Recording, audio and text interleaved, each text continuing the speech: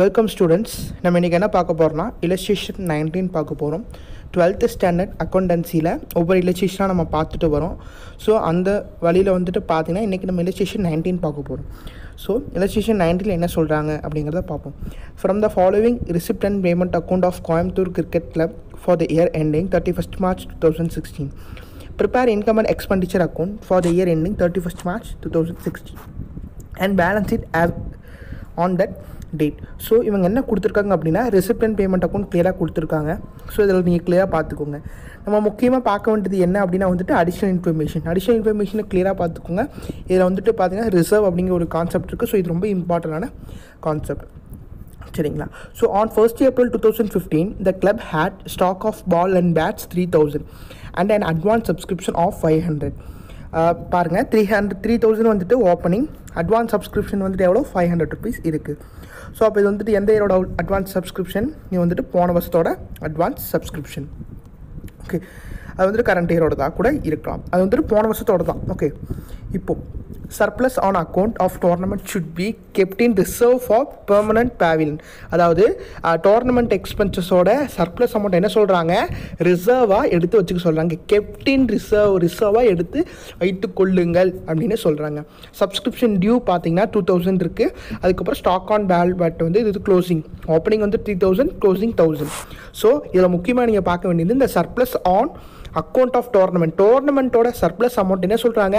Should be kept in reserve for permanent pavilion அப்படின்னு சொல்லிட்டாங்க. Okay, இப்போ நம்ம சம் எப்படி அப்ளை பண்ணுறது பார்க்கலாம். இன் திஸ் சம் நமக்கு என்ன சொல்லியிருக்காங்க அப்படின்னா வந்துட்டு கேபிட்டல் ஃபண்ட் கொடுக்கல. ஸோ அப்போ நம்ம என்ன பண்ணணும்? We suppose to calculate capital fund also. So capital fund கண்டுபிடிக்க என்ன பண்ணணும்? நீங்கள் ஓப்பனிங்கை மட்டும்தான் எடுத்துக்கணும். ஸோ ஓப்பனிங்கில் பார்த்தீங்கன்னா stock of ball and bat, இது வந்து ஓப்பனிங். கேஷ் அட் பேங்க் உங்களுக்கு எங்கே கொடுத்துருப்பாங்க அப்படின்னா வந்துட்டு உங்களுக்கு கேஷ் அட் பேங்க் உங்களுக்கு இங்கே கொடுத்துருப்பாங்க பாருங்கள், 8000 கொடுத்துருக்காங்களா, அந்த கேஷ் அட் பேங்க். ஸோ அந்த கேஷ் அட் பேங்க்கை நீங்கள் எடுத்துக்கணும். அதுக்கப்புறம் வந்துட்டு stock of bat and ball. Subscription received in advance அப்படிங்கிறது அது ஓப்பனிங்கில் தான் இருக்குது. ஸோ ஓப்பனிங்கில் நம்ம லைபிலிட்டி சைட் போட்டுக்கலாம். ஸோ இப்போ கேபிட்டல் ஃபண்ட் எனக்கு எவ்வளோ ஆன்சர் கிடைக்குது? 10,500 எனக்கு கேபிட்டல் ஃபண்டோட ஆன்சராக கிடைக்குது. அதுக்கப்புறம் இன்கம் அண்ட் எக்ஸ்பெண்டிச்சரில் ஃபஸ்ட்டு என்ன பண்ணுவோம்னா பை சப்ஸ்கிரிப்ஷன் அப்படிங்கிறது 11,000 ரூபா நான் போட்டாச்சு. ஆட் ரிசீவ்டு இன் அட்வான்ஸுங்கிறது எனக்கு கரண்ட் இயரோட அமௌண்ட்டு ப்ரீவியஸ் இயரில் எனக்கு ரிசீவ் ஆகிருக்கு. அப்போ அந்த 500 என்ன பண்ணணும்? நான் கரண்ட் இயரில் ஆட் பண்ணிக்கணும். அதையும் நான் ஆட் பண்ணிட்டேன். தென் அவுட்ஸ்டாண்டிங் கரண்ட் இயரோட டியூ அமௌண்ட்னு சொல்லியிருந்தாங்க அந்த 2000 rupees, அந்த டியூ அமௌண்ட். ஸோ இது ரெண்டையும் ப்ளஸ் பண்ணி 13,500 அப்படின்னு நம்ம போடணும். அதுக்கப்புறம் by sale of old bats and balls, அது வந்துட்டு ஒரு 100 rupees, சரிங்களா? அதுக்கப்புறம் மெயின்டெனன்ஸ் ஒரு 5,000. செக்ரட்டரி ஹானரியம் 4,500. அதுக்கப்புறம் பேட்ஸ் அண்ட் பால் அப்படிங்கிறது நான் என்ன சொன்னேன் உங்களுக்கு? அது வந்துட்டு என்ன நமக்கு கன்சியூமபிள் ஐட்டம். ஸோ கன்சியூமபிள் ஐட்டம்னா என்ன ஃபார்முலா அப்ளை பண்ணணும்? Opening stock plus purchase minus closing stock. So அப்போ 7,400ங்கிறது நமக்கு பர்ச்சேஸ், 3,000 அப்படிங்கிறது நமக்கு ஓப்பனிங் ஸ்டாக், 1000 அப்படிங்கிறது க்ளோசிங் ஸ்டாக். ஸோ இதை வேல்யூ பண்ணனா 9,400 கிடைக்குது.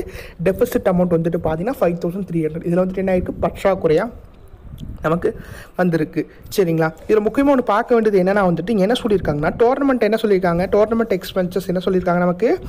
இங்கே வந்துட்டு அந்த சர்ப்ளஸ் அமௌண்ட் என்ன சொல்லியிருக்காங்க? கெப்ட் ரிசர்வ் அப்படின்னு சொல்லியிருக்காங்க. ஓகேங்களா? நம்ம டோர்னமெண்ட் எக்ஸ்பென்சஸ் எங்கே நம்ம என்ட்ரி பண்ணியிருக்கோம்? இதில் நம்ம என்ட்ரி பண்ணலை. ஸோ டோர்னமெண்ட் எக்ஸ்பென்சஸ் நம்ம எங்கே என்ட்ரி பண்ணணும் அப்படின்னா வந்துட்டு நம்ம என்ன பண்ணணும்? அதில் வந்துட்டு பேலன்ஸ் ஷீட்டில் தான் நம்ம என்ட்ரி பண்ணணும். எதுக்காக நம்ம பேலன்ஸ் ஷீட் என்ட்ரி பண்ணணும்? இது வந்துட்டு ஒரு ஃபண்டு கான்செப்டாக இதை கொண்டு வராங்க. Fund always comes under balance sheet side. Balance ஷீட்டில் தான் நமக்கு வரும், சரிங்களா? டோர்னமெண்ட் எக்ஸ்பென்சஸ் எழுதிக்கோங்க. அப்புறம் சப்ஸ்கிரிப்ஷன் ஃபார் டோர்னமெண்ட், அது எல்லாமே நம்ம எங்கே பண்ணுவோம்? பேலன்ஸ் ஷீட்டில் தான் என்ட்ரி பண்ணுவோம். ஸோ கேபிட்டல் ஃபண்ட் நம்ம கண்டுபிடிச்சிருக்கோம் 10,500. அதில் டெபிசிட் கிடச்சனால லெஸ் பண்ணிக்கிறோம், சரிங்களா? ரிசர்வ் ஃபார் பேவிலியன் ஃபண்ட் அப்படிங்கிறது ஃபண்டு கான்செப்ட் டெஃபினட்டாக எனக்கு எங்கே தான் வரும்? பேலன்ஸ் ஷீட்டில் தான் வரும். ஸோ டோர்னமெண்ட்டோடது அப்படியே நம்ம பேலன்ஸ் ஷீட் எழுதிக்கணும். ஸோ சப்ஸ்கிரிப்ஷன் ஃபார் டோர்னமெண்ட் அப்படிங்கிறது 2000. அதில் எக்ஸ்பென்சஸ் என்ன பண்ணணும்? மைனஸ் பண்ணி 600 அப்படிங்கிறது நான் என்ன பண்ணுறேன்? ரிசர்வாக கொடுக்குறேன். இஃப் இன் கேஸ் இது ரிசர்வாக சொல்லலை அப்படின்னா இந்த டோர்னமெண்ட் எக்ஸ்பென்சஸ் நீங்கள் எங்கே போட்டிருப்பீங்க? இன்கம் அண்ட் எக்ஸ்பெண்டிச்சர்லேயே அப்ளை பண்ணியிருப்பீங்க. அதுக்கப்புறம் legacies 20,000. Then furniture, stock of balls and bat, subscription outstanding, cash at bank, இது ஃபுல்லாக போட்டு டேலி பண்ணிங்கன்னா 25,500 சொல்லிட்டு நமக்கு டேலி ஆகுது. இதில் முக்கியமாக நீங்கள் ஒன்று பார்க்க வேண்டியது என்னென்னா, இங்கே வந்து என்ன சொல்லியிருக்காங்க, டோர்னமெண்ட்டோட சர்ப்ளஸ் அமௌண்ட் என்ன சொல்லியிருக்காங்க, ரிசர்வ் எடுத்து வச்சு சொல்லிட்டாங்க. ரிசர்வ் அப்படிங்கிறது லைக் அ ஃபண்டு தான். ஸோ அதனால் நம்ம என்ன பண்ணுறோம், டோர்னமெண்ட் ரிலேட்டடாக எல்லாத்தையும் எடுத்து பேலன்ஸ் ஷீட்டில் போட்டு அப்ளை பண்ணுறோம். ஸோ இந்த சம் உங்களுக்கு புரிஞ்சிருக்குன்னு நினைக்கிறேன். இந்த some 5th some, 5 marks some. இதே மாதிரியே வந்துட்டு எக்ஸைஸில் ஒரு சம் ரிசர்வ்ஸில் இருக்குது. ஸோ அந்த சம்மையும் போட்டு பாருங்கள், புரியலாட்டி கேளுங்க. எக்ஸைஸ் சம்ஸோட வீடியோ உங்களுக்கு வேணும் அப்படின்னா மெம்பர்ஷிப்பில் ஜாயின் பண்ணுங்கள். கண்டிப்பாக உங்களுக்கு நிறையா ஃபீச்சர்ஸ் காத்துட்ருக்கு. Thank you. Subscribe now and press the bell icon. Never miss an update.